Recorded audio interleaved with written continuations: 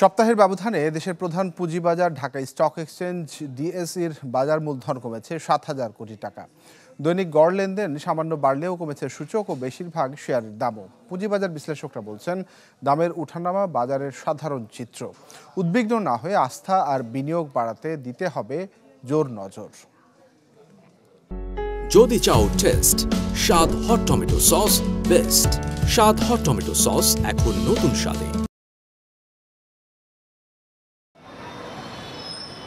সেপ্টেম্বরের প্রথম সপ্তাহে খুব একটা ইতিবাচক ধারা ছিল না দেশের প্রধান পুঁজিবাজার ঢাকা স্টক এক্সচেঞ্জ ডিএসইতে।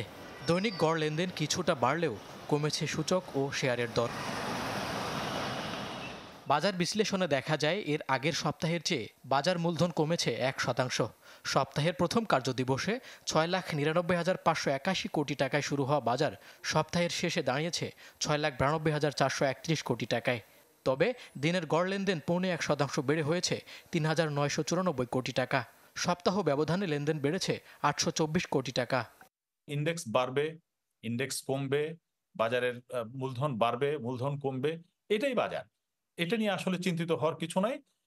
আমাদের বাজার এখন যা আছে এইভাবে যদি চলে, আর যদি বাজারে কোনো লিকেজ না তৈরি হয়, তাহলে বাজার এখান থেকে ভালো হবে। বিনিয়োগকারীদের জন্য আসলে মূল যে মেসেজটা সেটি হলো, তারা যেন কখনোই কোনো গার্বেজ গুলোতে বিনিয়োগ না করেন।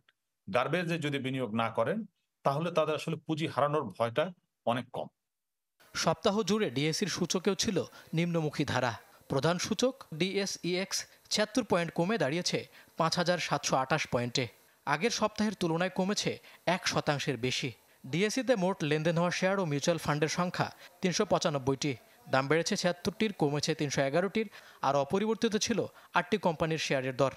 শুধুমাত্র যে আমাদের ইন্টারনাল কারণ তাই না, এক্সটার্নাল কিছু কারণেও বাজার তার কনফিডেন্স হারাচ্ছিল।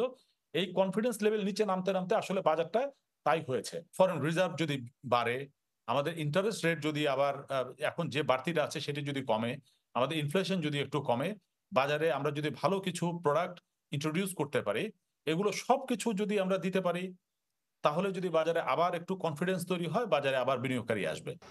খাতভিত্তিক লেনদেনের শীর্ষে ছিল বিভিন্ন ব্যাংকের শেয়ার। মোট লেনদেনের ১৭.৫% ছিল এই খাতের দখলে। মইনুল হাসান, চ্যানেল 24, ঢাকা।